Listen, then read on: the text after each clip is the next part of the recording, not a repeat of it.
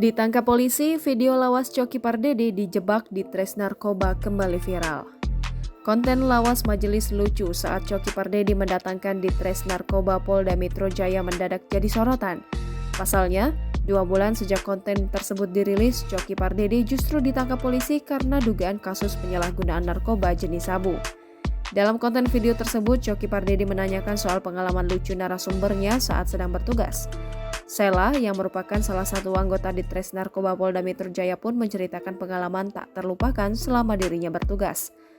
Ia menceritakan soal kasus penemuan narkoba di celana dalam seorang wanita. Penemuan itu terjadi di sebuah bandara. Coki Pardede tampak terkejut mendengar pengalaman tersebut.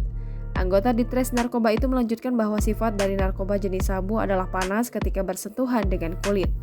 Mengejutkannya, Coki Pardede justru mengaku tahu betul bagaimana sifat dari sabu.